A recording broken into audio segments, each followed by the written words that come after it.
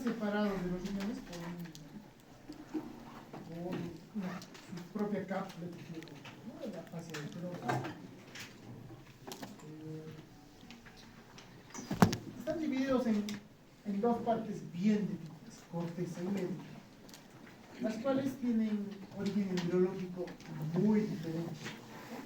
La corteza viene del mesodermo, la médula del origen neuroectodermo. Una cápsula de tejido conectivo la cápsula, tejido conectivo rico en colágeno, ¿no? Con trabéculas que divide el parénquima, sobre todo de la corteza, lo separa en segmentos, ¿no? La corteza la vamos a dividir en tres zonas bien definidas histológicamente. Que de la parte periférica a la parte interna se van a llamar zona glomerular, zona fascicular y zona reticular, ¿no? Todas producen esteroides, todas van a producir hormonas a partir del colesterol, ¿ya? Representan el 90% de todas. La médula, en cambio, va a producir catecolaminas, ¿ya? Y representa solo el 10%, ¿no? Derivan de la cresta. La cápsula, la corteza y la médula, ¿no? Entonces, ahí tenemos las tres zonas: la médula y la vena central, la vena médulo-suprarrenal central, ¿no? Entonces, la corteza, como les dije, está dividido ahí en la zona glomerular, fascicular y reticular. La zona fascicular representa el 80% de todo, ¿no? La zona glomerular se va a llamar así porque tiene forma apelotonada de glomérulo, ¿no? Su función principal va a producir mineralocorticoides, ¿no? Se les llama corticoides a todos porque, ya les dije, derivan del colesterol. Son lípidos que van a parasitar esto, ¿no? Ahorita vamos a ver. Entonces, la zona glomerular. Algo importante de la suprarrenal es que normalmente la suprarrenal va a ser regulada por la ACTH, ¿no? Toda la corteza, excepto la zona glomerular.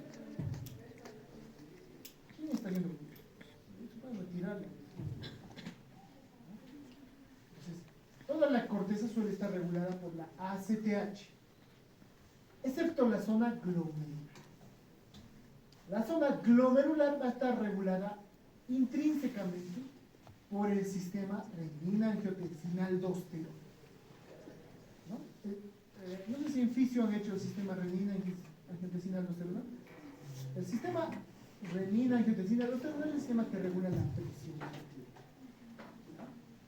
Este sistema que regula la presión arterial es el que intrínsecamente va a regular la síntesis de la zona glomerular. Entonces no está mediado por la AC. Normalmente son cúmulos de células redondeadas, ovoideas, ¿no?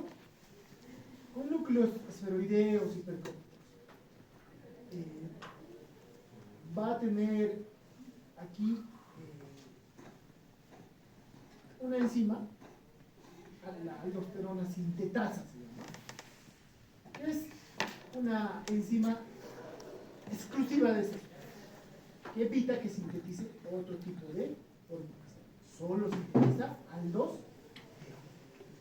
La aldosterona tiene un efecto específico en el túbulo contorneado, pero también se ha visto que puede tener efecto en el estómago o en algunas glándulas. ¿Y cuál es su función? La reabsorción de sodio y agua, ¿ya? O sea, va a nivel renal recaptar el sodio y el agua. Y con esto incrementa, ¿no?, el volumen sanguíneo, ¿no? Y de esto secundariamente la presión arterial. Normalmente el riñón va a tener un sistema que regula el volumen sanguíneo, ¿no? Cuando hagamos siguiente clase de riñón vamos a ver que hay un aparato, se llama el aparato yuxtaglomerular, ¿no? Que censa continuamente la cantidad de sangre, pasa la cantidad de sangre. Y cuando hay una caída en el flujo de sangre, se libera y se produce renina. La renina va a ser una proteína que va a estimular la producción de otra enzima que va a ser la angiotensina 1. La angiotensina 1, a nivel de capilares pulmonares, se va a convertir gracias a una enzima. En los capilares pulmonares se va a llamar la enzima convertidora de angiotensina, ECA, ¿no? Enzima convertidora de angiotensina. La angiotensina 1 se va a convertir en angiotensina 2. La angiotensina 2 se considera la sustancia vasoconstrictora más potente que hay. Produce vasoconstricción. Es angiotensina 2, produce vasoconstricción y eleva la presión arterial. Pero a su vez estimula a nivel de la zona glomerular la síntesis de aldol. Entonces, no solo se va a producir vasoconstricción, sino se va a producir incremento de sodio y con eso se eleva la presión arterial. Esa es la función de la zona glomerular. Por eso se dice que lo que se produce es un mineralocorticoide, porque lo que regula es la reabsorción de un mineral, ¿sí? Sodio. Y secundariamente, obviamente, ¿no? ¿Se ha entendido esa parte? La segunda parte, es la parte intermedia, la parte más gruesa, digamos, de la corteza, la zona fascicular. Se va a llamar fascicular porque son cordones o fascículos de células, entre los cuales van a haber capilares, ¿no? Entonces, esta es la zona glomerular, vean, son cúmulos redondeados de células. Esta es la cápsula. Aquí ven fascículos de células, ¿ven? Entre los cuales hay capilares. Aquí hay numerosas gotitas de lípidos en las células que le dan ese aspecto muy claro, ¿no? Que a veces tiene ese aspecto de esponja, por eso les llaman a las células de esta zona espongiositos, ¿ya? Por las gotitas de lípidos que tienen en su interior. Recuerden, toda la corteza produce hormonas a partir del colesterol, ¿no? Usualmente las células de esta zona suelen ser binucleadas. Esta zona fascicular sí va a ser regulada por la ACTH y va a producir otro tipo de hormonas que se van a llamar los glucocorticoides. La anterior producía mineralocorticoides porque tenían regulación sobre la parte hidromineral. Esta va a tener una regulación glucocorticoidea porque va a tener regulación sobre el metabolismo glucídico. La principal hormona aquí va a ser el cortisol y sus derivados. Entonces, estas hormonas, sus derivados, van a estimular primero la gluconeogénesis. ¿Qué es la gluconeogénesis? Es la síntesis de nuevo de glucosa.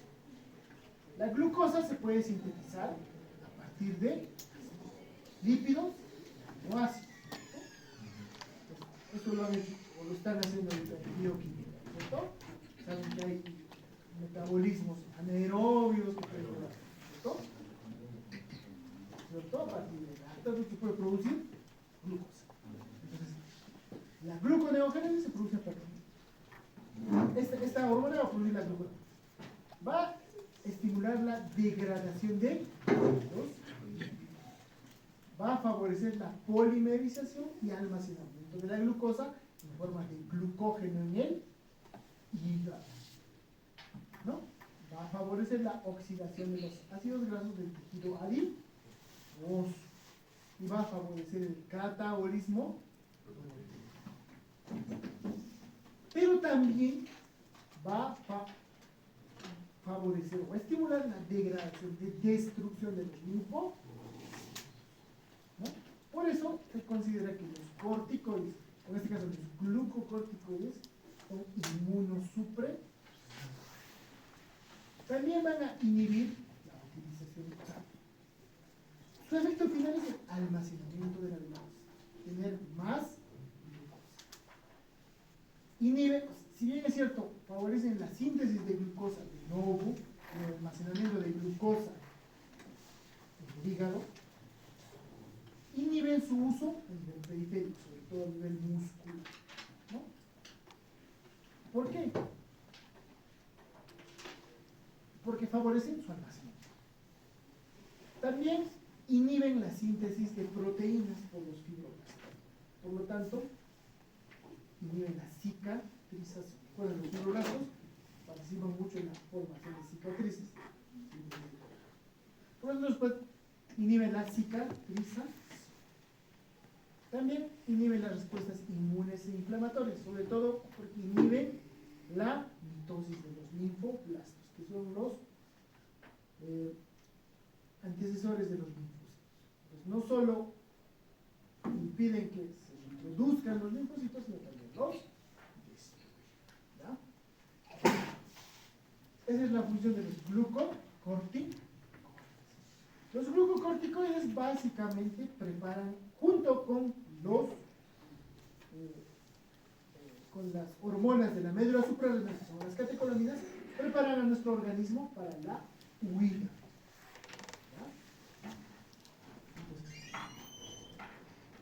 Y se secretan en situaciones de estrés.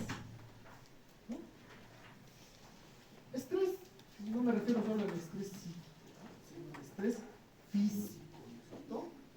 Que se ve, por ejemplo, en la naturaleza, cuando un predador, por ejemplo, ataca a su presa. La presa entra en un estrés físico, porque va a empezar así a secretar gluco, así como catecolaminas. Todo lo mismo.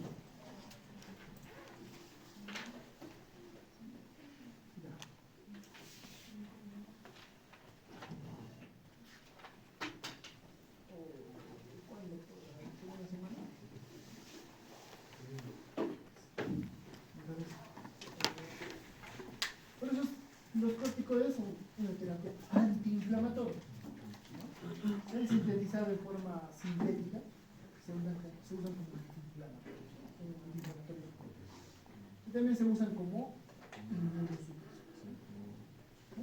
Para enfermedades autoinmunes, por ejemplo, pacientes portadores de trasplante, ¿no? Por todos estos efectos sobre los linfocitos, ¿no? Pero el problema es que también, por ejemplo, tienen efectos sobre los fibroblastos, sobre la cicatrización, ¿no? Ahora, como les dije, se puede usar en forma exógena, pero a veces hay personas que abusan de esto, ¿no? Normalmente se ha visto en estudios que uno puede utilizar de forma continua durante unos 5, máximo 7 días. Después de esto, el eje se suprime. ¿Qué pasa? Si tú le pones, lo más común es que sale por vía parenteral, por vía intramuscular, ¿no? A muchos de ustedes les habrán puesto, ¿no? Diclofenaco con dexamethaso, es lo más común, ¿no? Se ponen intramuscular y muscular. ¿Qué pasa si les pongo diario? A ver si tus valores de cortisol o glucocorticoides van a estar altos. Por lo tanto, tu hipotálamo va a censar y no va a producir CR. Tu hipófisis no va a producir ACT. ¿No es cierto? ¿Por qué? Porque estás censando que tienes corticoides, pero tu glándula superior no los está produciendo, las está tomando el corticoide. Cuando las suspendes bruscamente, ¿qué va a pasar? Tu cuerpo va a quedar como que en shock, ¿no? Porque en los niveles altos ya ha caído, en recuperarse a veces demora mucho, ¿no? Cuando es corto el periodo que te han dado, el cuerpo lo regula y ya está. Es mucho tiempo, a veces no se recupera fácilmente,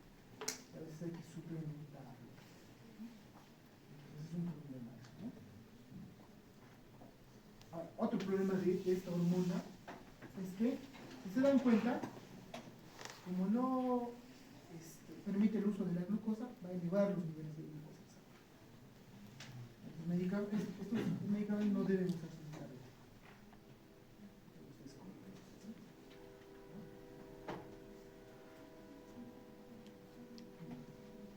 Y la tercera zona va a ser la zona reticular. Se llama así porque hay numerosos capilares. Está muy irrigada en la parte. Es la parte más cercana a la médula. Está muy irrigada. Entonces, parece una red de capilares. ¿Ya? También está regulada por la ACTH. ¿No? Y aquí lo que se producen son andrógenos. Pero andrógenos débiles. Los andrógenos más potentes se producen en los testículos de la soledad. ¿No? Se produce básicamente la dehidroepiandrosterona, ¿no? Un poco de colesterol. Y hay otra hormona que se llama la dehidroepiandrosterona sulfatada.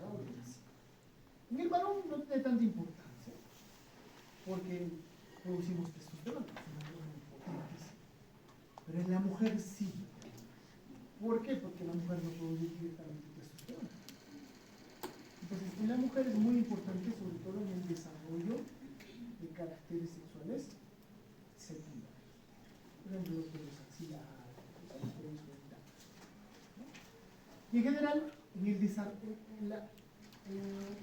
el mantenimiento metabólico. ¿No? Va a participar en la síntesis de andrógenos débiles. ¿Hasta ahí se ha entendido? Y lo segundo va a ser la médula. La médula suprarrenal.